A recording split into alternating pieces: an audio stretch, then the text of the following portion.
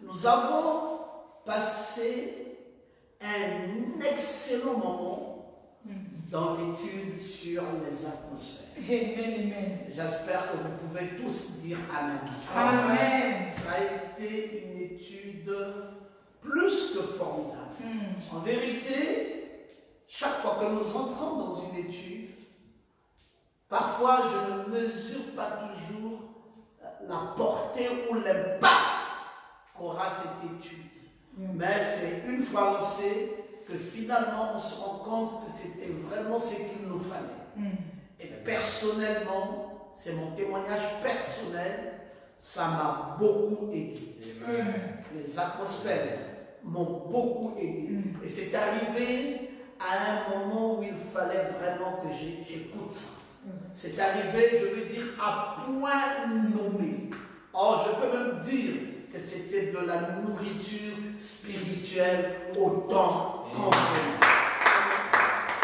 J'avais besoin d'une nouvelle vie, j'avais besoin du partage, j'avais besoin du pardon, j'avais besoin d'une atmosphère qui changerait, qui me mettrait en confiance, j'avais besoin des gens dignes de confiance, j'avais besoin de beaucoup de choses et ça coïncidait avec cette étude. Vraiment que Jésus soit glorifié. Comme me l'a dit frère Ulrich cet après-midi pour dire, bon mais papa, les atmosphères étant finies, c'est quoi la nouvelle étude? Et je sais que plusieurs se posent à nouveau la question, qu'est-ce qui peut bien être la nouvelle étude? Cette nouvelle étude, c'est une étude qui est trop profonde. Et c'est une étude qui va durer longtemps. C'est pour cela, à un moment nous n'allons pas garder le même titre. Nous allons, chaque fois que nous allons apporter une séquence, nous allons le titrer de cette séquence pour éviter que ça ne soit monotone, parce que c'est une étude cardinale. Amen. Ça s'intitule Dieu et son Église locale.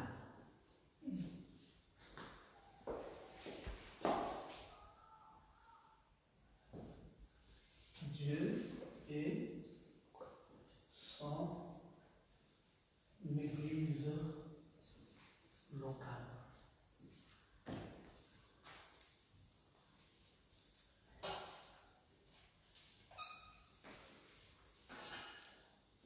Nous allons commencer par l'introduction de cette étude. Et pour faire l'introduction, nous allons lire 3 endroits de l'Écriture. Le premier endroit sera le psaume 122, le verset 1. Texte. Le psaume 122, le verset 1. Et après, ça va être le psaume 133, du verset 1 à 3.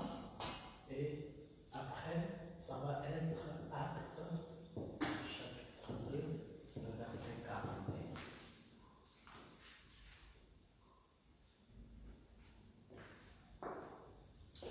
Lisons la parole du Seigneur. Je suis dans la joie quand on me dit « Allons à la maison de l'Éternel ». Amen. Le psaume 133, du verset 1 au verset 3. Voici, qu'il est agréable, qu'il est doux pour des frères de demeurer ensemble. C'est comme l'huile précieuse qui répandue sur la tête, descend sur la barbe d'Aaron, qui descend sur le bord de ses vêtements. C'est comme la rosée de l'Hermon qui descend sur les montagnes de Sion. Car c'est là que l'Éternel envoie la bénédiction, la vie pour l'éternité. Amen. Et enfin, Actes au chapitre 2, le verset 41. Ceux qui acceptèrent sa parole furent baptisés, et en ce jour-là, le nombre des disciples s'augmenta d'environ 3000 âmes. Amen. Amen. Veuillez tranquillement vous asseoir dans la présence de Dieu. Cette étude, il y a 2 véritables raisons qui nous amènent à étudier cela maintenant. L'une des premières raisons, c'est que nous étions dans le confinement. Et le confinement nous a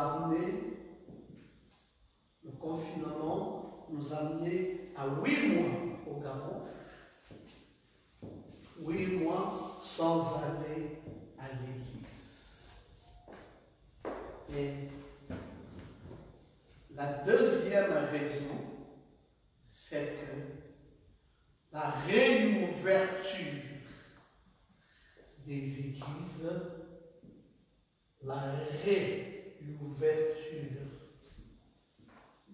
églises, doit créer beaucoup d'enthousiasme en nous.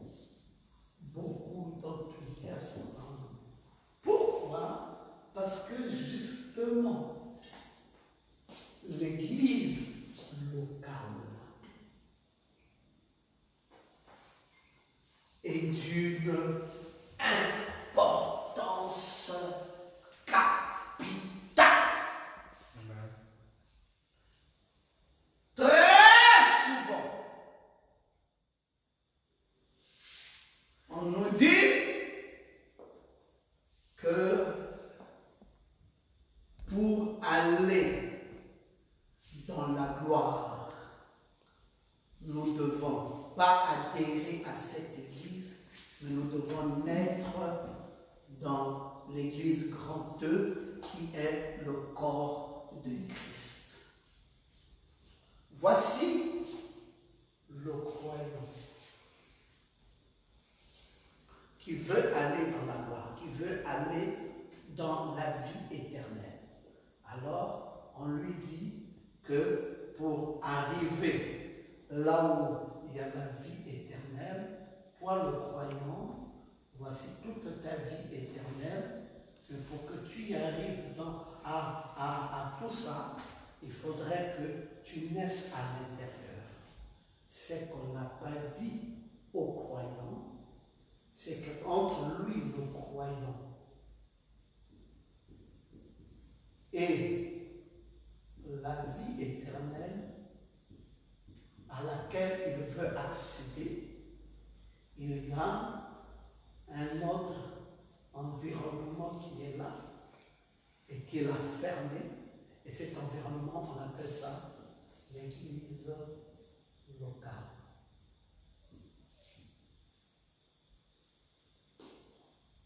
Ça veut dire que je suis le croyant.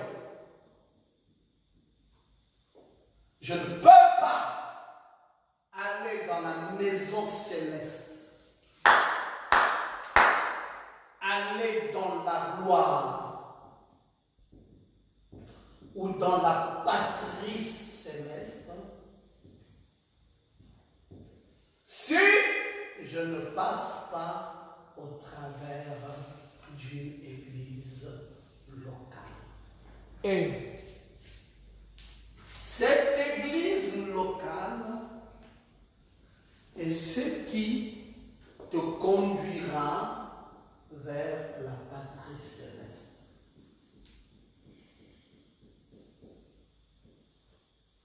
Vous me direz, mais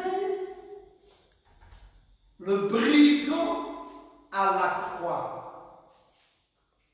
est-il passé par l'église locale pour entrer dans la patrie céleste? Le brigand à la croix est un cas exceptionnel.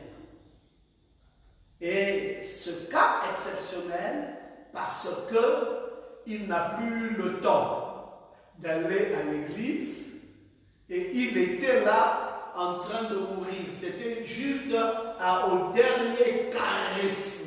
Et là, dans ce dernier carrefour où il était en train de mourir, il a croisé Jésus. Et il n'a pas eu le temps d'aller dans une église locale. Il est rentré directement dans la patrie céleste. Il est rentré, je viens de préciser ça, il est rentré directement dans la gloire ou dans la patrie céleste. Il n'a pas eu le temps de passer par une église locale. Mais toi et moi, voici ce que disent les Écritures. Il est agréable, il est doux pour des frères de demeurer ensemble. Où ça? Où les frères demeurent-ils ensemble? Les frères demeurent ensemble dans l'église locale.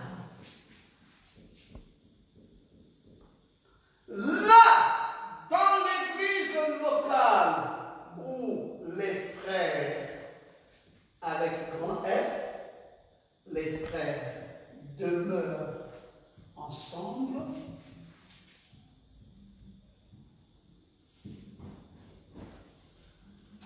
C'est doux et agréable pour ses frères de demeurer ensemble dans l'église locale. C'est comme l'huile c'est comme la rosée de l'Hermon. Et après, on dit, c'est là que l'Éternel envoie la bénédiction. Où l'Éternel envoie-t-il la bénédiction? Dans l'église locale. Amen. C'est là, je mets entre parenthèses, l'église locale. C'est là où l'Éternel envoie la bénédiction. Bénédiction. Oh, ça va, si ce n'est que la bénédiction, c'est bon, mais c'est pas tout. La vie pour l'Éternel. Amen. La vie pour l'Éternel. Où l'Éternel envoie-t-il la bénédiction? Dans l'église locale. Où l'Éternel envoie-t-il la vie pour l'éternité? Dans l'église locale. Et là où il est doux pour tes frères de demeurer ensemble. Comme l'huile qui se répand sur la tête d'Aaron, qui descend sur sa barbe et qui descend sur les bords de ses vêtements. Comme la rosée de l'Hermon qui descend sur les montagnes du Sinaï. C'est là où les frères demeurent ensemble. Dans l'église locale où Dieu envoie la bénédiction, Dieu envoie la vie pour l'éternité. Très peu de personnes ont la révélation de ce que c'est qu'une église locale. Il y en a même parfois qui pensent que ce n'est pas utile. Il y a un courant. C'est le courant d'un certain Don Parnell.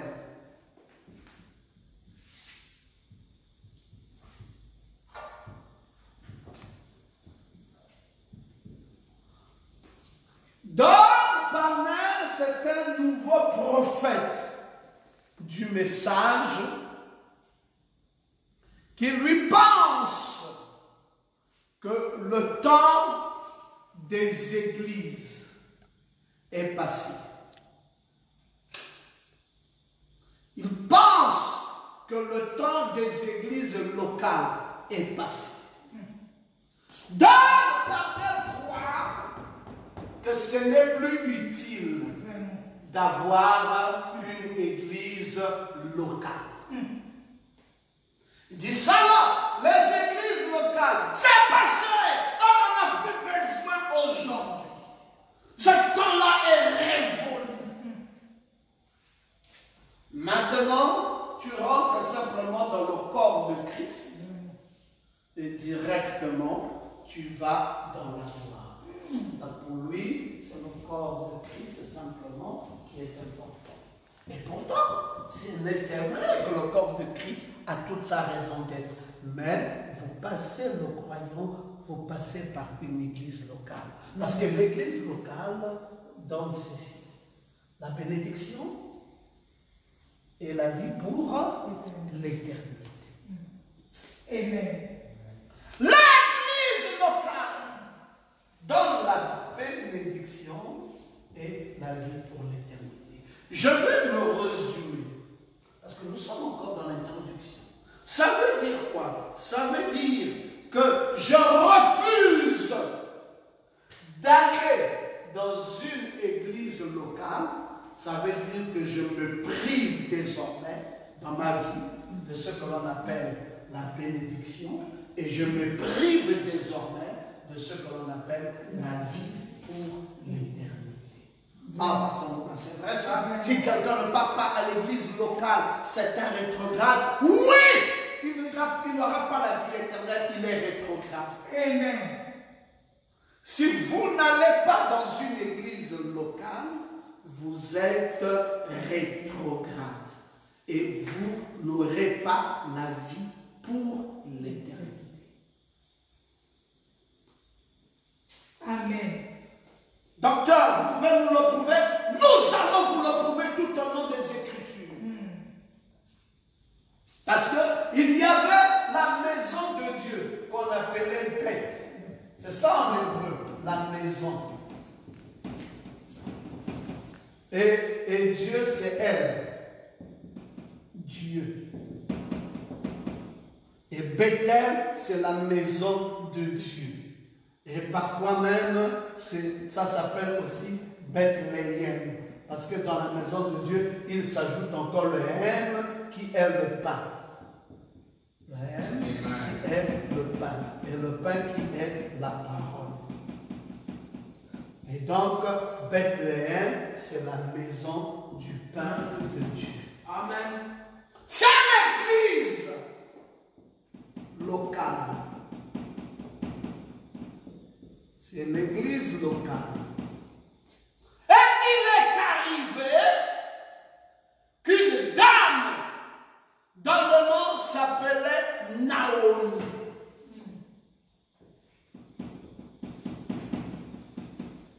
Elle a quitté l'église locale. Elle a quitté l'église locale.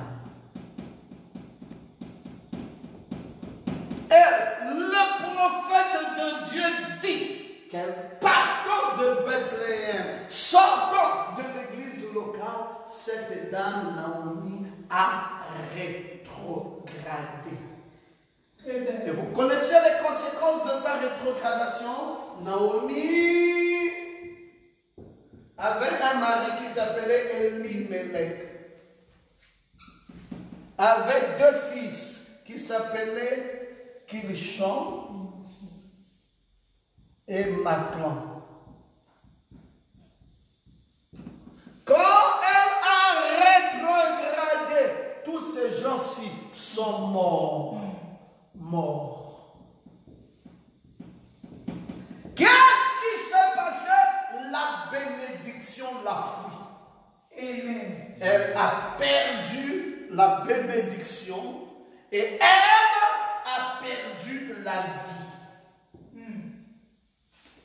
Et elle est maintenant, elle s'appelle Mara.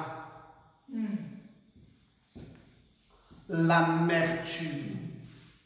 L'amertume. Amen.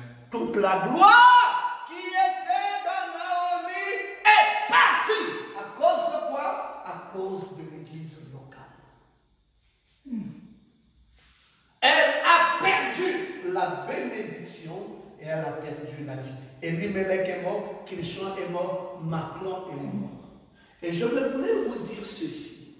L'une des raisons principales du confinement que nous n'avons pas discerné à temps, c'était pour occasionner la mort. Vraiment. Vous savez combien de pasteurs du message sont morts? 33 pasteurs du message. Ça, c'est ce que je connais. 33 pasteurs du message lors de ce confinement. Les fidèles du message à travers le monde, on ne peut pas parler, c'est des centaines. Des centaines de fidèles qui sont morts pendant le confinement. Pourquoi? Parce que ce confinement nous a empêchés d'aller dans l'église locale. Et c'était l'une des raisons du diable. Satan a profité pour détruire les âmes, pour détruire les gens, et ils sont morts en cascade. Parce que quand vous vous éloignez de la maison de Dieu, Elimelech mort. Quand vous persistez encore, qu'il soit mort. Quand vous demeurez encore un peu plus longtemps, m'appelant aussi mort. Et puis finalement, vous-même, vous devenez l'amertume. Vraiment. Parce que la bénédiction vous quitte et la vie vous quitte. Oh Seigneur. Il y a un danger en banalisant l'église locale. C'est pour ça, mes amis, quand on nous parle de réouverture des églises au Gabon, beaucoup pensent que c'est pour que le pasteur ait la joie parce que les offrandes et les dîmes vont revenir. Non, il y a toujours eu des offrandes, il y a toujours eu des dîmes, même pendant le confinement. Mais la joie que nous avons, l'enthousiasme que nous avons de repartir à l'église, c'est la bénédiction et la vie pour l'éternité. Amen. C'est pour ça que c'est doux et agréable pour des frères de demeurer ensemble. C'est comme l'huile qui tombe sur la tête d'Aaron, qui arrive à sa barbe et qui se répand sur les bords de ses vêtements. C'est comme la rosée de l'Agnon. C'est une bénédiction parce que la maison de Dieu, l'église locale, attire la bénédiction et attire la vie pour l'éternité. Amen. Frère, peu importe là où tu es, même quand tu es en voyage, et toujours suffisamment d'amour pour l'église locale. Amen. Exact. Je veux te dire une chose, tu peux même avoir des gens dans l'église locale que tu n'aimes plus voir. Parce que là, l'étude va bientôt commencer. Ah, ça va être très fort. L'église locale, c'est la chose la plus mystérieuse qui soit. Amen. Pourquoi est-ce que l'église locale est mystérieuse? Je vais vous dire qu'est-ce qui rend l'église locale mystérieuse. Ce qui rend l'église locale mystérieuse, c'est que dans la même église locale qui donne la bénédiction et la vie, il y a 3 sortes de croyants. 3 sortes de croyants. Vous avez dit l'église locale, il y a la bénédiction et il y a la vie pour l'éternité. Oui, il y a la vie pour l'éternité, il y a la bénédiction, il y a la vie pour l'éternité, mais dans la même église locale, il y a 3 sortes de croyants. Amen. Il y a le vrai croyant, vrai et authentique. Authentique croyant.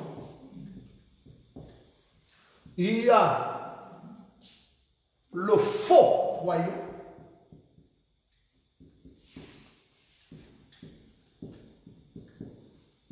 Et il y a le semi-croyant.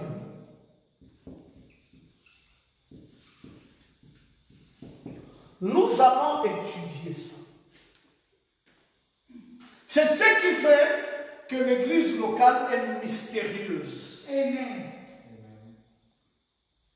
Parce que tu vas dans un milieu où il y a le faux et il y a le sémi.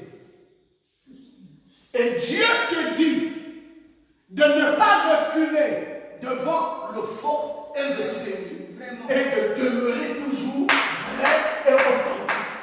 Alléluia. Maintenant, ton piège est où?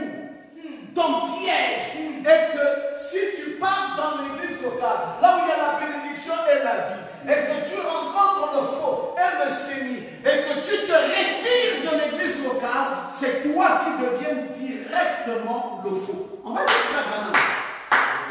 On va lire le prophète. Je vous dis qu'on va lire le prophète. C'est pas moi, on va lire le prophète. Mais pourquoi Dieu peut-il me permettre d'aller vivre avec des faux? Oui, c'est ça Dieu. Amen. t'amener dans la prière, Alléluia. pour t'amener à te rapprocher de lui, Oh. pour t'amener à l'aimer. Mais je vois, il y a du faux. Je vois, il y a du faux dans l'église locale. Je vois, il y a de faux croyants, il y a de semi-croyants. Moi, je ne peux pas vivre avec ces gens-là. Oh. Dieu dit que le faux là, il est faux parce que toi, tu es vrai et tu es vrai. Si toi, tu n'es pas là, on ne reconnaîtra plus le faux. Amen. C'est ta présence Oh, Yahweh. dans cette église qui nous révèle le faux. Amen, amen. Mais si toi tu n'es plus là, le faux ne sera plus connu. Frère, Alléluia. l'enseignement de la parole Oh. va très loin. Parce que ça positionne Amen, le amen, croyant amen. sur la colonne vertébrale. Oh. Merci Jésus. Moi, je ne mérite plus aller là-bas parce qu'il y a des faux. Oui, les faux vont demeurer là.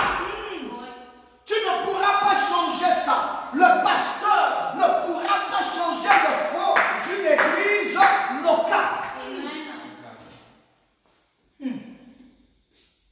Ça, C'est très fort, hein? très. Bon, le pasteur ne pourra même pas changer le soi-disant.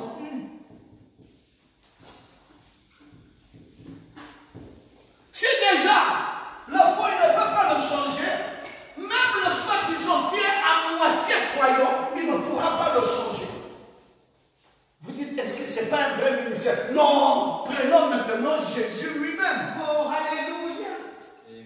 Amen. Vous connaissez le soi-disant croyant dans l'église de Jésus? Il s'appelait Judas Iscariote.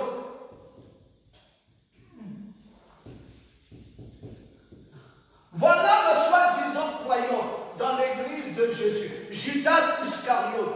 Jésus, le plus grand de tous les ministères, le plus puissant ministère, n'a pas pu changer Judas Iscariote. Amen. Frère Branham, avec le plus grand don que Dieu lui a donné, des notes à nos jours, dans son église, il y avait des faux croyants. Amen. Il nous parle des Baxter. Il nous parle des gens qui avaient même des offices dans l'église, mais qui étaient des faux. Et qui l'ont persécuté dans l'église. Amen. Il avait un grand don, mais dans l'église locale, vous ne pouvez pas changer ça. C'est pour ça, mes amis, si tu n'es pas enseigné, tu vas commencer à chanter partout. Moi, l'église locale, je ne voudrais plus y aller. Il y a du faux, il y a du faux, il y a du faux. Mais le faux là, il y a aussi un vrai. Alléluia. Si tous sont faux, c'est que ce n'est plus une église locale. Amen. Il y aura du faux. Et ce que tu dis n'est pas, tu n'inventes pas. C'est vrai qu'il y a du faux. Mais c'est ça le mystère de l'église locale. Amen. Dans le faux là, il y a un vrai. Amen. Et c'est le vrai là qui apporte dans ta vie, dans ta communion avec lui. Il t'apporte quoi? Il t'apporte la bénédiction et il t'apporte aussi la vie pour l'éternité. Amen. Et il faut demeurer là. Quitter l'église locale, ça s'appelle rétrograder. Dès que tu quittes une église locale, c'est que tu es rétrograde. Donc le ciel se ferme à toi. Frère, c'est sérieux hein, ce que je dis. Vraiment. Ce n'est pas un message orienté, c'est quelque chose que j'aimerais que nous sachions parce que nous sommes restés longtemps dans le confinement et nous devons repartir à l'église avec joie. Amen. Que le diable ne te trompe pas, bien-aimé, pour dire non, moi je me sens déjà bien à la maison, je vais rester à la maison. Rétrograde! Rétrograde! Tu ne peux plus avoir la vie pour l'éternité. Alors, la deuxième écriture, c'est celle du psaume 122. David, connaissant ça, disait « Je Prenons personnel. Alléluia. Je suis dans la joie. Quand on me dit, allons dans la maison de l'Éternel. Alléluia. David ne pouvait pas dire que la maison de l'Éternel l'attriste. Non. Mais c'est pas la maison de l'Éternel, c'est là où il y a les 3 sortes de croyants. Mais il avait la joie d'y aller. Il avait la joie d'y aller. Parce qu'on ne peut pas trouver une église qui fait l'exception. Ça n'existe pas. Vraiment. Il n'y a aucune église au monde où vous ne trouverez que les vrais et authentiques croyants. Ça n'existe pas. Ce n'est pas dans l'Écriture. Vous ne trouverez ça nullement dans l'Écriture. Et ça n'existe pas. Une église où il n'existe que des vrais et authentiques croyants. Ça n'existe pas. Amen. Et David avait la joie d'aller dans la maison de l'Éternel. Il faudrait maintenant que je lise pour vous ces citations. Parce que le prophète de Dieu dit que ceux qui acceptèrent la parole furent baptisés. Et en ce jour-là, le nombre des disciples s'augmenta. Vous savez, quand ils sont baptisés, là, ils sont où? Dans l'église locale. Et on les comptait maintenant. Le nombre augmentait. Qui était le pasteur de Jérusalem? Le prophète de Dieu dit, le pasteur s'appelait Pierre. Et il avait pris la parole et il avait prêché la parole. Maintenant, lisons là le message. Vous devez naître de nouveau. Au paragraphe 31, vous devez naître de nouveau. Mais il y a quelque chose qui vous attire ici, à cet endroit particulier. C'est pourquoi il est de notre devoir, en tant que pasteur, de veiller à ce que le troupeau soit nourri. Alors, bien nourri. En effet, le Dieu Tout-Puissant nous redemandera votre sang au jour du jugement. Nous aurons à répondre pour vous. Quand les gens disent que Frère Branham est leur pasteur et que Frère Branham répondra pour eux, non, Frère Branham répondra pour les brebis du Branham Tabernacle. Il était là en son temps.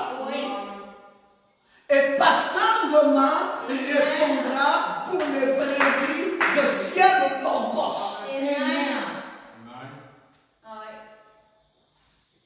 Frère Branham ne vous connaît pas. Celui qui vous connaît, c'est votre pasteur.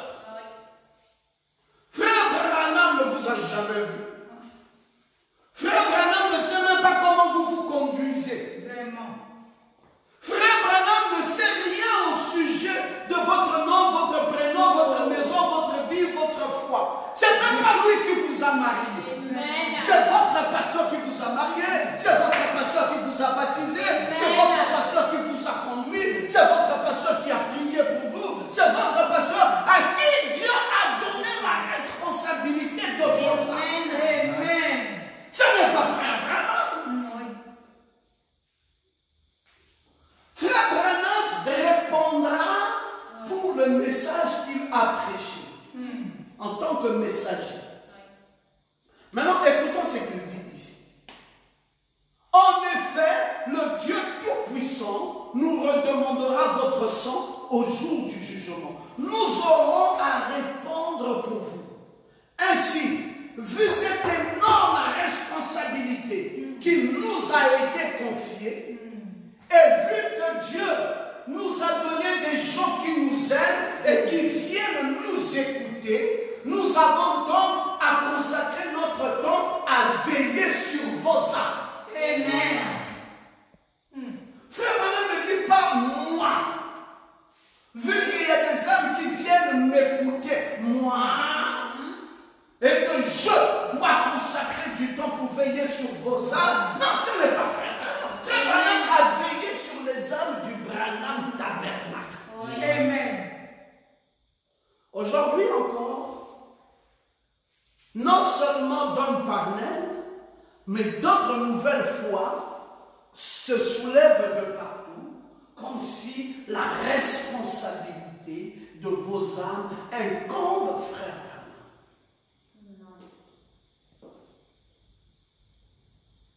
C'est pour cela que les pentecôtistes nous appellent les branhamistes. Parce qu'ils ne comprennent pas comment un prophète d'un âge, vous l'enlevez sa place de prophète et vous venez directement dans l'église locale, vous enlevez le pasteur de l'église locale et vous mettez frère Branham à la place. Nous allons voir tous les leaderships de l'église locale. Je vous dis que c'est une étude. Il y a 33 points à étudier. Preach, doctor. Je ne suis qu'à l'introduction. Nous allons voir tout ça. Nous allons voir les baptêmes, nous allons voir les services funéraires, nous allons voir tout ce qui se fait, la Sainte Seine, nous allons étudier tout ça. Nous allons voir tout ce qui se fait dans une église locale. La Sainte Seine, frère Branham ne vient pas faire la Sainte Seine pour vous. Le baptême, frère Branham ne vient pas faire le baptême de vous. Le mariage, la célébration du mariage, frère Branham ne vient pas faire le mariage. Donc, écoutez, frère Branham a une place dans chaque église locale en tant que prophète. Ça fait partie du leadership. Oui. Mais avant de mettre frère Branham dans une église locale, vous commencez d'abord à donner à Jésus la première place. Amen. Parce que l'église locale commence par le leadership de Jésus. Merci Seigneur. Et c'est escaladé. C'est pour ça, si on me dit dans une église locale, il faut mettre les bandes de frère Branham, je veux aussi dire, mettons les bandes de Jésus. Parce que ça existe. Amen. Les bandes de Jésus aussi existent. Saint Matthieu a parlé, comme nous François Lépicard a parlé à la place de frère Branham. Matthieu a parlé à la place de Jésus. On prend la bande, on prend l'évangile sonore, on écoute l'évangile sonore. Parce que le premier leadership d'une église locale n'est pas frère Branham. Le premier leadership d'une église locale, c'est le Seigneur Jésus. Amen. Frère Branham est le deuxième leadership. Amen. Et le pasteur est le troisième leadership. C'est ça. Preach, Amen. doctor. C'est pour cela, quand le pasteur se tient, il dit le prophète a dit. Amen. Mais il ne dit pas seulement le prophète a dit, il dit mettons-nous debout, lisons la parole. Il dit Jésus a dit. Parce qu'au commencement était la parole. La parole était avec Dieu et la parole était Dieu. Alléluia. Vous savez, même quand nous disons frère Branham a dit, est-ce que vous savez que c'est par défaut que nous le disons? Parce que les brochures, ce n'est pas l'évangile de Branham. Les brochures, c'est l'évangile de Jésus. Amen. J'avais aimé quand le pasteur Dioka avait écrit sur les brochures qu'il nous envoyait l'évangile de Jésus-Christ. J'avais aimé ça. Parce qu'en vérité, c'est que frère Branham m'a dit, il n'est que porte-parole. Amen. Dieu a pensé, le prophète a parlé. Ce n'est pas la pensée de frère Branham, c'est la pensée de Dieu exprimée par le canal d'un prophète. Vous savez que de très peu de fois,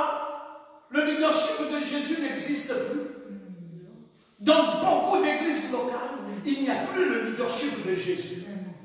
Le leadership de Jésus a été banni.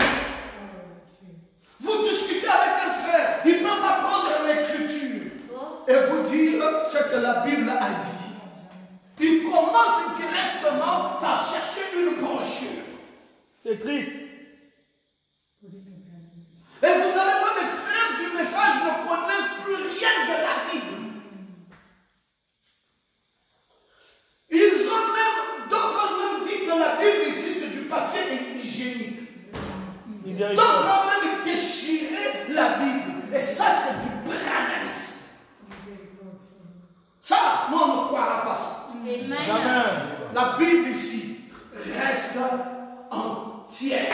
Amen. Avec son autorité, avec sa puissance et avec sa valeur. Vous ne pouvez pas la dévaloriser. Un jour, on m'a posé la question, quelle est la différence qu'il y a entre la Bible et le message? J'ai dit à cette personne, vous voyez la Bible telle qu'elle est là, elle est fermée maintenant là, telle que je la tiens, elle est fermée. Le message vient simplement l'ouvrir. Le message n'est pas une nouvelle Bible. Le message est la même Bible qui est ouverte. C'est pour cela en Apocalypse 10, quand l'ange puissant descend, enveloppé d'une nuée, et qu'au-dessus de sa tête il y a un arc-en-ciel, il vient avec le petit livre ouvert. Et quand est-ce que c'est ouvert? C'est ouvert en 1963. Cette Bible était restée fermée tout le temps. Que Luther est venu, que Wesley est venu, que tous ces gens-là sont venus. C'est quand l'ange puissant est descendu, c'est ce jour-ci, que l'ange puissant a amené le petit livre ouvert. Et il l'a donné au 7e ange. Et le 7e ange nous l'a prêché. Et les prédicateurs ont pris le même petit livre ouvert, ils l'ont avalé. Et maintenant, c'est eux qui expriment le petit livre ouvert. Alors, d'aucuns pensent que quand le petit livre ouvert est venu, c'est directement parti dans un magnétophone. C'est contraire à la parole. Le petit livre n'est pas parti sur un magnétophone. Le petit livre, sa destination finale, c'est qu'il soit avalé. C'est pour cela qu'il est écrit qu'il est doux comme du miel et qu'il est amer dans les entrailles. Et vous allez lire dans Apocalypse au chapitre 10, on vous dit prophétise de nouveau sur les peuples, les nations, les langues et les rois. Le petit livre ouvert. Alors, les pasteurs, chaque pasteur répondra des brebis que Dieu a placées sous sa tutelle. Frère Branham répondra pour les siens, moi je répondrai pour les miens, et tel pasteur aussi, où qu'il est, répondra pour les brebis qui sont sous sa tutelle. Amen.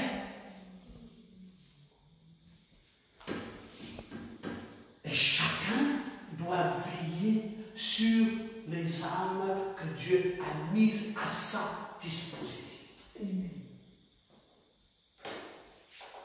Alors, si vous voulez qu'on parle d'une église locale, je veux vous effacer, je vais effacer totalement le tableau, parce que j'ai trop de choses à vous dire sur une église locale.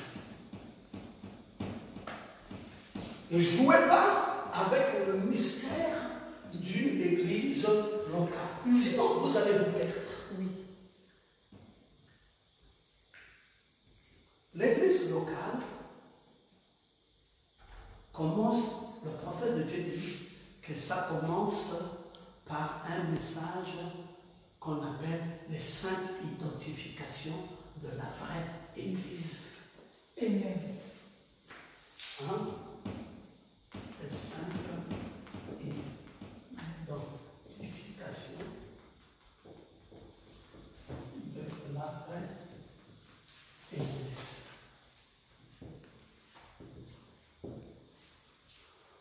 Ensuite, vous les avez identifiées. Papa, vous comprenez sur quoi elles s'identifient. Nous commençons maintenant chaque leadership. Le premier leadership, c'est le leadership de Jésus-Christ. Vous savez, le leadership, c'est ce qu'on a traduit en français, la brochure le leadership, c'est ce qu'on a traduit en français qui s'intitule « Suis-moi » ou encore « Être conduit ». Être conduit. Alors, le prophète de Dieu dit que quand un enfant vient de naître, l'enfant là est dans le leadership de sa mère. Dès qu'il a commencé à parler, à marcher, à grandir, il rentre dans le leadership de son père. Dès qu'il évolue encore un peu, il va dans le leadership de son maître d'école. Après, il continue avec le leadership de son professeur. Et après, il rentre dans le leadership du Saint-Esprit via un tuteur sélectionné. Amen. Qui l'amène jusqu'à l'adoption. Après, il prend les droits du Père. Et il n'est plus un enfant. Et lui aussi, allez, lui aussi commence à faire les enfants, on revient encore. Parce que c'est un cycle. Amen. C'est le cycle, c'est un cycle. Ça commence avec la mère, ça va avec le père, ça va avec le maître, ça va avec le professeur, et ça vient avec le Saint-Esprit, le tuteur sélectionné, et on vous donne les droits du Père. Et le Fils là devient le Père, lui donne maintenant les enfants, et les enfants là repartent encore sur le cycle de la mère. Et c'est tout ça le leadership d'un être humain sur la terre. Amen. Mais l'Église locale a aussi son leadership. Le leadership de l'Église locale, c'est que l'Église locale commence d'abord avec Jésus. Frère, quand on se bat pour chercher le prophète, battons-nous d'abord pour chercher Jésus. Amen. Je m'étonne que les gens ne soient plus amoureux de Jésus. Ils ont pris Jésus, ils l'ont rejeté. Jésus n'a plus sa place. Bon, qui est donc assis dans votre cœur, sur le trône de votre cœur? Si ce n'est pas celui qui est l'alpha et l'oméga, si ce n'est pas celui qui est la pierre de jaspe et de sardoine, si ce n'est pas celui qui est le commencement et la fin, si ce n'est pas celui qui est le A et le Z, c'est qu'il y a quelque chose qui ne va pas. Vous êtes devenu un idolâtre. Parce que celui qui doit être dans ton cœur doit être le Seigneur Jésus-Christ. Amen. C'est la raison pour laquelle on t'appelle un chrétien. Non, moi je ne veux pas. Moi, c'est Branham. Je baptise au nom de Branham. Je fais tout au nom de Branham. Seigneur Branham. Je chante même les cantiques au nom de Branham. Tu es un idolâtre. Amen. Et tu vas aller en enfer. Amen. Tu dois savoir que Jésus-Christ, notre Seigneur, frère Branham a été son prophète. Et d'ailleurs le meilleur des prophètes. Le plus grand de tous les prophètes. Amen. Mais ce n'est pas parce qu'il a été le meilleur ou le plus grand qu'il a pris la place du Seigneur Jésus-Christ. Vraiment. C'est Jésus le fondateur de notre Église. Amen. Le fondateur, c'est Jésus. Nous sommes sous son leadership dans l'Église locale. Et après, vous avez fini le leadership de Jésus, vous rentrez maintenant dans le leadership du prophète.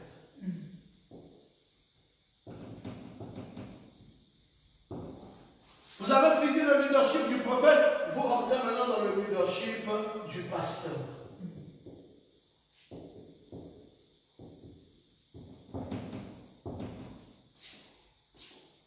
Voilà, mes frères. 1, Jésus d'abord. 2, Branham. 3, lui, il est le prophète de l'âge. Alors, la parole, c'est Jésus. Pour que ça arrive à votre pasteur, ça transité par le prophète.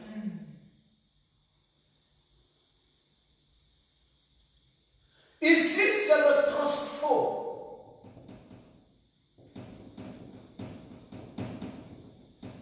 C'est pour ça qu'ils ont dit à Moïse, que Dieu ne nous parle plus. Parce que quand Dieu nous parle, nous entendons les tonnerres et beaucoup de gens meurent.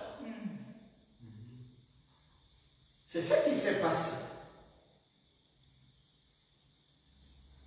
à Horeb, dans le Sinaï. Dieu parlait et ça sonnait comme des tonnerres et les gens mouraient.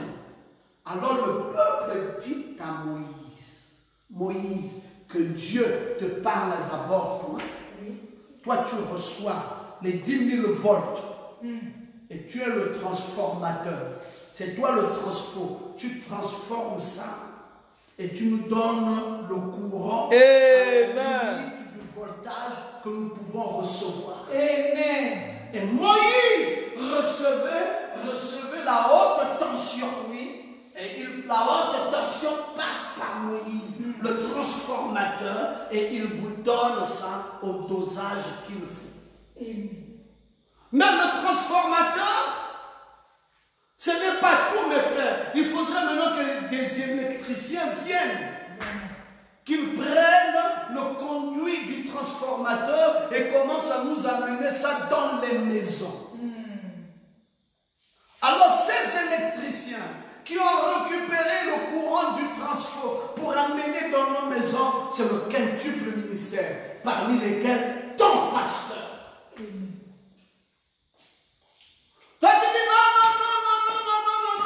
je n'ai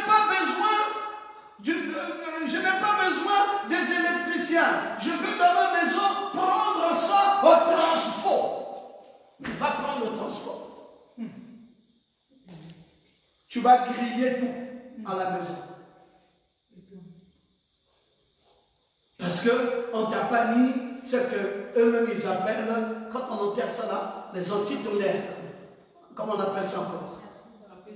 La prise de terre. Il n'y a pas eu la prise de terre contre les tonnerres et contre la foudre. Tu vas prendre ça dans le transport, tu vas enlever les habits. C'est ce qui s'est passé maintenant avec les gens.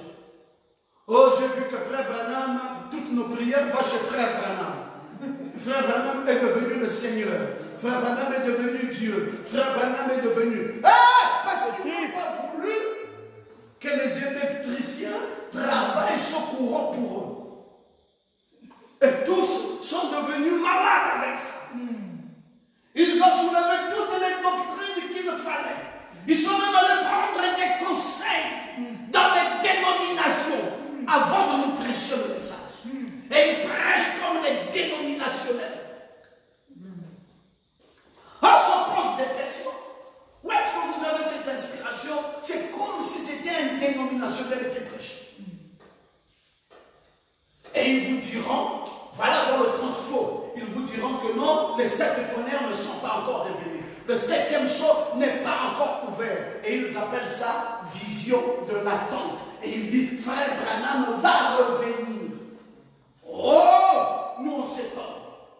Et il dit, Frère Branham va revenir pour nous le pointer. Mais Dieu avait déjà dit à Frère Branham, de même que j'ai envoyé Jean-Baptiste comme précurseur de ma première venue, je t'envoie avec ce message pour préparer ma seconde venue. Mais ils voient la nuée et ils ne comprennent pas que c'est l'accomplissement de la seconde venue de Christ. Et ils disent que Frère Branham est mort, Frère Branham doit encore revenir. Pendant qu'il y a d'autres qui attendent que Jésus revienne, il y a encore aussi d'autres qui entendent que Frère Branham revienne. Donc quand on chante là, Jésus revient, Alléluia, ils sont en train de dire, Branham revient, Alléluia, Branham revient. Il revient pour faire quoi? Il dit pour révéler les 7 tonnerres. Mais ce qui a été photographié là, c'était quoi? C'était déjà les 7 tonnerres. Et le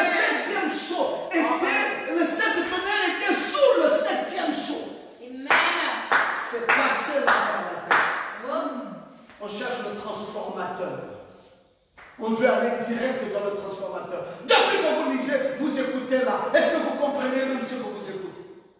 Vraiment. Vous dites oui, oui, c'est pur. Mais oui, on veut croire que c'est pur. Mais est-ce que tu comprends? Vraiment.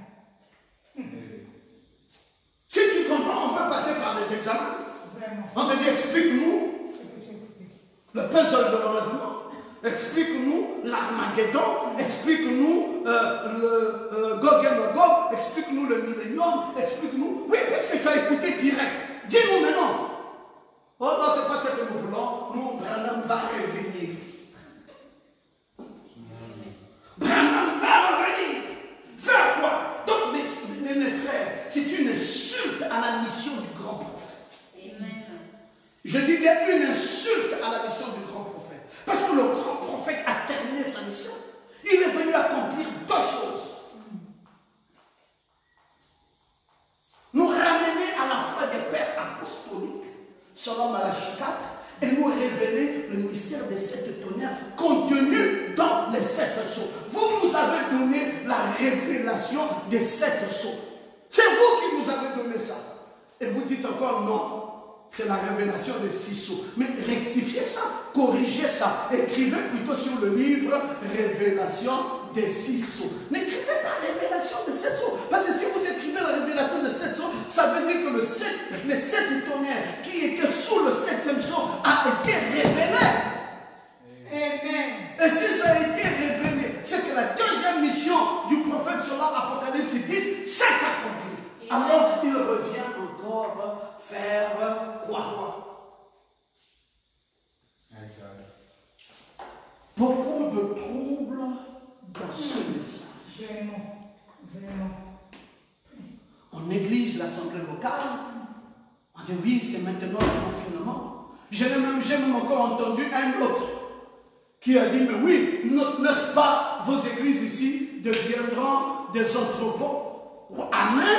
Les églises locales deviendront des entrepôts. Mais quand le système écuménique se mettra en place, je vais tout lire. Et le système écuménique ne peut pas se mettre en place et l'épouser encore sur la terre. Jamais. Amen. Parce que le système écuménique, c'est la marque de la bête. Oui. Mais on fait quoi encore ici? Vraiment. C'est une chose ou l'autre. Soit vous avez le sceau de Dieu, soit vous avez le sceau du diable. On fait quoi encore ici? Quand Dieu va enlever son épouse, c'est là où les églises là seront des entrepôts. Mais pas pendant que l'épouse est là. Et alors, oui, le gouvernement peut même continuer encore à nous brimer. Il peut même continuer à fermer les églises. N'est-ce pas ces églises-là nous deviendront des entrepôts? Bon, quand le gouvernement va prendre la décision d'ouvrir l'église, je veux me poser la question de savoir, comme ton église est déjà un entrepôt, n'y va pas. Parce que les églises vont s'ouvrir. Mais comme ton église est déjà un entrepôt, donc il ne faut plus y aller. Si tu vas encore faire le culte là-bas, ça veut dire que tu n'as pas compris que ce n'était pas encore le temps. Amen. Dieu t'a amené à construire cette belle église pour préparer une épouse dedans. Amen. Prépare-la avec le message. Amen. Donc frère, ça va dans tous les sens aujourd'hui. Si vous n'avez pas l'enseignant de la parole, frère, vous allez entrer dans une souffrance. Leadership de Jésus, leadership du prophète. Moi, pasteur Moma, je ne me mets pas au-dessus du prophète. Jamais. Non. Pour moi, le prophète, c'est même ça le transformateur. C'est lui qui reçoit ça directement de Dieu. Oui. Et nous, on prend ça, on installe ça, on met les piquets de terre pour que les tonnerres là ne puissent pas éclater vos vies. Amen. On vous donne le courant selon que vous le désirez pour le bon ménage de votre vie. Amen. On vous explique c'est quoi les deux écoles de pensée selon mariage et divorce. On vous explique le mariage, divorce et remariage. La maison est stable. La femme connaît sa position, l'homme connaît sa position. Mais est-ce que ce sont les seuls leadership du pasteur et c'est fini. Non. Leadership du pasteur, de l'assistant du pasteur.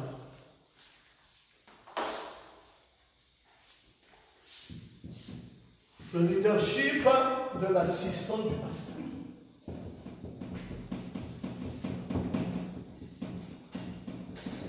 C'est pour cela, quand vous ne connaissez pas ça, vous allez prendre même les assistants là, vous les prenez comme si c'était des gars. Ah nous, on veut seulement notre pasteur. Ah non, frère, c'est pas juste.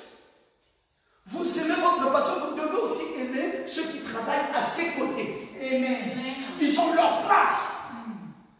Et vous avez fini là, mais vous dites c'est fini? Non. Le leadership du président des diacres.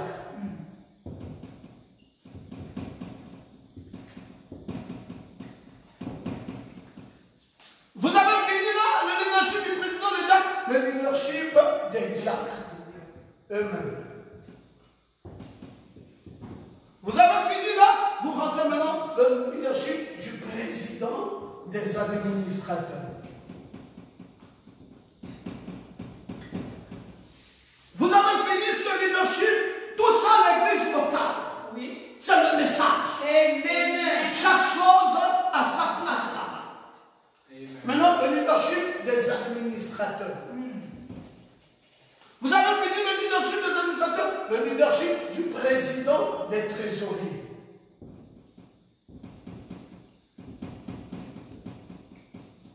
Vous avez fini là-bas le leadership alors des autres trésoriers ou de la trésorerie. Après, vous finissez ce leadership, le leadership du directeur de l'école de dimanche. Vous finissez ce leadership de l'école de dimanche, le leadership d'enseignant de l'école de dimanche. Et là, c'est là où les femmes rentrent en scène. Amen. Vous pensez que la femme n'a pas sa place dans l'église locale? Vous avez menti. J'ai entendu dernièrement une discussion sur le fait est-ce que la femme peut prier étant dans l'église locale. Si elle prie, elle va prendre l'autorité sur les hommes. Mais mon Dieu, c'est aussi simple que ça puisse être. Elle est donc enseignante de l'école de dimanche et étant enseignante d'école de dimanche, elle ne peut pas prier. Mais elle est là. Les enfants de l'école le dimanche là sont dans les salles de classe qui sont dans l'église. Et cette femme est enseignante de l'école de dimanche.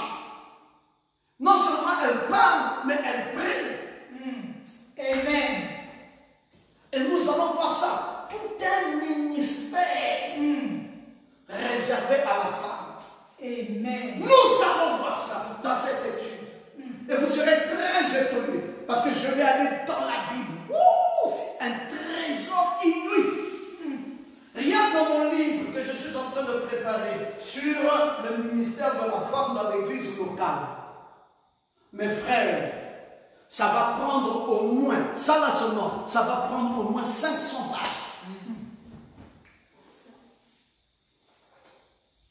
Creusons dans la Bible, nous allons voir. Creusons dans le message, nous allons voir. La femme, elle est réduite en chiffon. On dit dans l'église du message. Et je ne sais pas, l'enseignement là est venu de qui. Maintenant, vous allez aller dire que oui, le pasteur Romain a dit que la femme aussi a un ministère, ça veut dire qu'elle doit prêcher. Parce que tu ne comprends même pas le mot ministère. Le mot ministère signifie service. Amen. Quand je dis le ministère de la femme dans l'église locale, je parle là du service de la femme dans l'église locale. En tant que seigneur de l'école, tu vas voir sa place. Et nous allons creuser pour vous montrer combien elles ont été impliquées dans l'église locale pour l'œuvre du Seigneur. Et combien en les écartant, vous avez détruit l'église. Frère, je ne peux pas comprendre comment on peut parler de Dieu et oublier l'église locale. Je m'étonne quelquefois. Alors, vous allez voir maintenant, après ça, nous allons voir la diversité des dons dans l'église locale. Les dons dans l'église locale. Après les dons dans l'église locale, nous allons voir maintenant les qualités des leaders dans l'église locale. Parce que tu peux ne pas être assistant du pasteur, diacre, président de ceci ou école. Tu es simplement un simple membre. Mais dans les membres de l'église, il y a des leaders. Oui. Et vous devez être capable de les identifier. Quel est le rôle qu'ils vont jouer? Amen. Nous allons voir ces leaders-là. Parce que même dans l'église de Jésus, il y avait ces leaders. Ils n'étaient pas dans les offices, ils n'étaient pas apôtres. Mais quand il a s'agi de régler les grandes questions, ils sont sortis dans des affaires. Quand vous parlez du tombeau de Jésus, qui a donné ça? C'est Joseph d'Arimathée. Il était quoi? Un leader dans l'église de Jésus. Mais il n'avait pas d'office.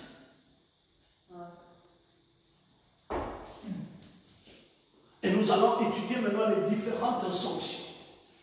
Et nous allons aussi étudier pourquoi les chrétiens prient le dimanche. Après, nous allons voir ce qui se fait avant, pendant et après le culte. Nous allons voir la préparation d'un sermon. Ah oui, vous dites que c'est un pasteur. Nous allons voir comment il prépare le sermon. Parce que tout ça, toute la méthodologie dans l'apprentissage d'un sermon, c'est connu dans la parole de Dieu. Amen. Enseigné par un prophète, enseigné par la Bible. Nos jeunes prédicateurs, nous ne les avons pas donné ça. Comment préparer ça? Nous allons voir la vie de sainteté dans l'église locale. La sainteté dans l'église locale. Nous allons voir, le prédicateur doit prêcher la nourriture spirituelle au temps convenable. Il ne doit pas prêcher les coloquins sauvages. Nous allons voir l'évangélisation dans l'église locale. Nous allons voir le baptême dans l'église locale, la communion dans l'église locale, la ligne de prière dans l'église locale, les services funéraires dans l'église locale, l'argent, comment on utilise dans l'église locale, l'appel à une offrande spéciale, comment ça se fait, la vie de famille dans l'église locale, comment les familles doivent être traitées. Nous allons voir la célébration des mariages, comment ça se traite, la dédicace d'une église locale. Nous allons voir l'excommunication, quand quelqu'un n'a pas marché, comment on doit l'excommunier dans l'église locale. Nous allons voir le service d'ordination dans l'église locale, avant d'arriver à la conclusion. Et on aura étudié 33 points. Tout ça lié à l'église. Amen. Si vous n'avez pas pris le temps de connaître tout ça, vous ne saurez jamais l'importance d'une église locale. Oui. C'est la vérité. Vous allez croire que je peux rester à la maison et je me gère. Tu te gères à la maison avec la communion. Tu te gères à la maison avec le baptême. Donc, tu te gères à la maison avec la ligne de prière. Tu te gères à la maison avec les services funéraires. De même quand tu vas mourir, ton corps ne part pas dans une église. Mais mon frère, est-ce que tu sais, tu crois que c'est par hasard qu'il nous a été enseigné que quand quelqu'un meurt, on prend son corps, on amène à l'église? Bon, tu dis que moi je suis attaché au quartier général. On va amener ton corps au Branham Tabernacle. Depuis le d'abord ici. Tu vas faire quoi? C'est mieux. Frère, soyons équilibrés. Comprenons la parole. Tu es un chrétien. On doit donner un témoignage. Il y a un service funéraire. Mais ça, c'est tout dans le message. Tu peux écouter une bande sur le service funéraire. Tu ne vas pas dire amen parce que ça ne te concerne pas. Tu es enfermé dans une maison. Le service funéraire ne te concerne pas. Donc tu es en train de vivre la parole à moitié. Tu peux toi-même puni. Amen. Tu t'es puni parce que tu ne connaissais pas l'importance d'une église locale. Ton argent, c'est à la maison. Tu crois que l'argent que Dieu t'a donné, il ne te demandera pas des comptes sur ça. Il veut prendre une offrande dedans. Toi, tu es à la maison, tu fais comment? Il veut prendre une dîme dedans. Toi, tu es à la maison, tu fais comment? Donc, tu t'es privé de la communion fraternelle. Tu t'es privé de l'évangélisation. Tu t'es privé des services funéraires. Tu t'es privé de l'argent. Tu t'es privé de la ligne de prière. Tu t'es privé de la célébration du mariage. Donc oui, on va célébrer au bureau. Mais il n'y a pas que le bureau encore. Donc tu vas chercher chaque fois le feuillet de la célébration du mariage au bureau. Tu ne vas pas emmener la personne à l'église. Donc le plaisir d'être célébré dans un mariage à l'église, tu ne dois plus connaître ça. Frère, revenons sur son importance. C'est pour cela que j'ai dit que la réouverture des églises doit réjouir nos cœurs. Amen. Comme ça réjouit le cœur de David. Alléluia. Qui disait, j'ai la joie quand on me dit, allons dans la maison de l'Éternel. La maison de Dieu, mes frères, c'est trop de choses et de bonnes choses. Est-ce que je peux encore vous entendre dire Amen? Amen. Bon, maintenant, oh là là, l'introduction. Je vais très bientôt terminer. Je vais juste prendre encore 2 ou 3 citations pour finir. Dans le message, 3 sortes de croyants. Le prophète de Dieu dit, j'aimerais parler maintenant de 3 différentes sortes de croyants. Nous sommes au paragraphe 30. Rappelez-vous, il s'agit des croyants. Mon sujet est les croyants. L'un est un vrai croyant, l'autre est un soi-disant croyant et l'autre est un incrédule. Amen.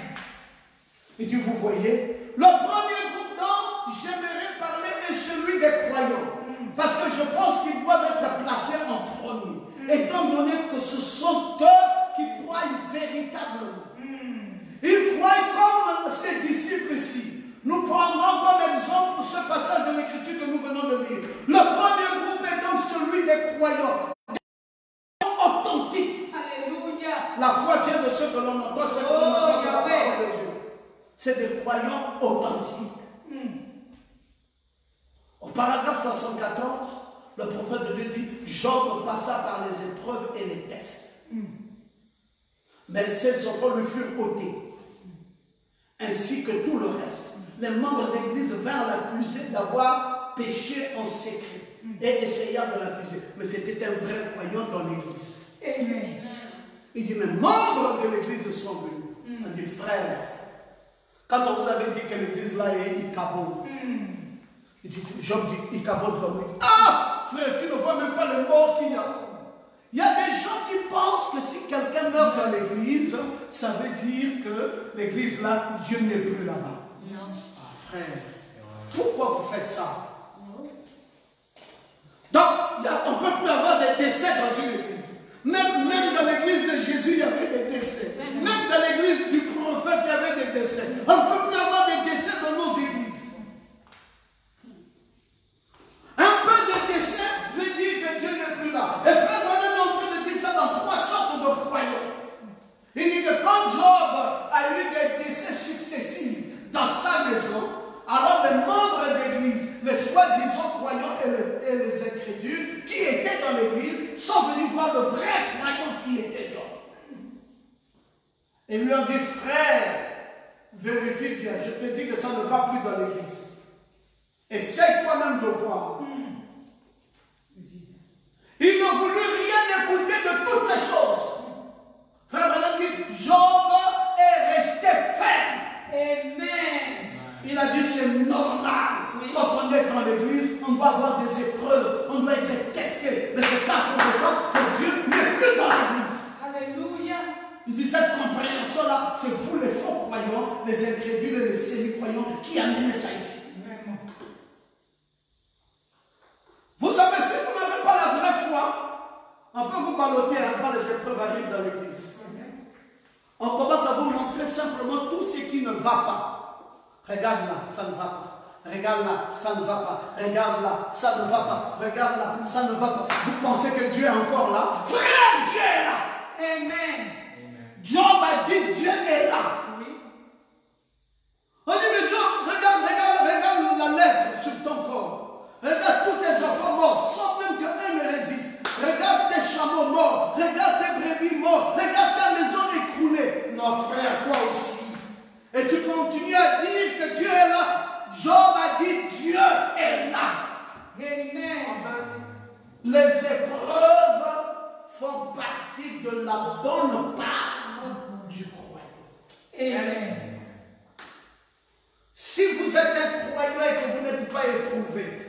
n'avez pas Dieu. C'est la vie. Si vous avez Dieu, tous ceux qui désirent vivre pieusement en Jésus-Christ seront persécutés. Alléluia. Frère, ta maison sera secouée par le diable. Mais toi-même, tu es un enfant de Dieu. Amen. La maison de tous les bien-aimés, même celle du pasteur, sera secouée par le diable. Mais ça ne fait pas que le pasteur soit devenu un faux roi. Vraiment. Vous devez connaître, avoir une position, une vraie position dans la parole. Amen. C'est ce qui manque à plusieurs des croyants de nos jours. Ils sont toujours sentiments à se bercer dans une position parce qu'il y a des difficultés. La foi ici, c'est une foi qu'on doit braver avec les difficultés. Amen.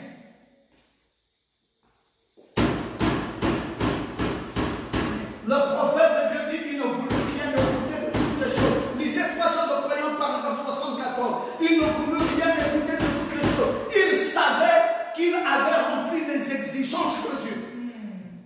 Il savait que c'était inutile que Satan essaie de le tenter. Il savait que c'était le diable. Et aussi longtemps que Satan put lui faire croire que sa maladie venait de Dieu, il fouettait Job. Job a dit, jamais ça ne vient pas de Dieu. Je sais pourquoi je suis là. Amen. Mais dès que Job reçut la révélation que ce n'était pas Dieu, il traversait seulement ses épreuves pour qu'on fasse de lui quelque chose. Cela ne venait pas de Dieu, cela venait de Satan. Vous dites l'église de Dieu et les choses qui viennent là-bas viennent de Satan, c'est ça la parole. Oui. Il n'y a aucune église où Satan n'y est pas. Il n'y a aucune église. Sinon, on ne prierait plus. Si Satan n'est pas dans l'église, frère, vous ne prierez plus. Vous devez comprendre le sens de la parole. Le diable est méchant et il attaquera toujours. Mais à vous de comprendre le sens de la parole. Amen. Je termine avec cette citation. Paragraphe 75. 3 sortes de croyants. Satan essaie de vous dire que ces épreuves et autre chose, c'est votre Dieu qui essaie de faire tomber le châtiment sur vous. Ce n'est pas cela. Pas du tout. C'est Satan qui le fait. Et Dieu le permet afin de vous modeler, de vous amener à voir si vous êtes lié à la terre par les soucis de la terre ou bien votre trésor est dans le ciel. Car là où vous êtes et là où se trouve votre trésor. Job fut éprouvé. Je sais que mon Rédempteur est vivant, a déclaré Job. Au dernier jour, il se tiendra sur la terre, même si les vers détruisaient mon corps. Avez-vous remarqué cela? Les vers étaient déjà en lui. Il a dit, même si les vers détruisaient mon corps, pendant que les vers étaient là. Il dit, mais je sais que mon Rédempteur est vivant. Alléluia. Frère Branham dit, même si vous êtes dans un cercueil, scellé, sans aide ou d'une façon quelconque, les vers sont cependant déjà là. Ils sont bien en vous. Ils sont prêts à tout moment à être appelés à leur devoir. Même dans un cercueil scellé où il n'y a pas d'air, vous devez continuer à dire Dieu est mon Rédempteur. Amen. Frère, si vous comprenez ça, vous serez tranquille avec votre Dieu. Oui. Ne dissociez plus jamais Dieu de son Église locale. Amen. Le Seigneur vous bénisse.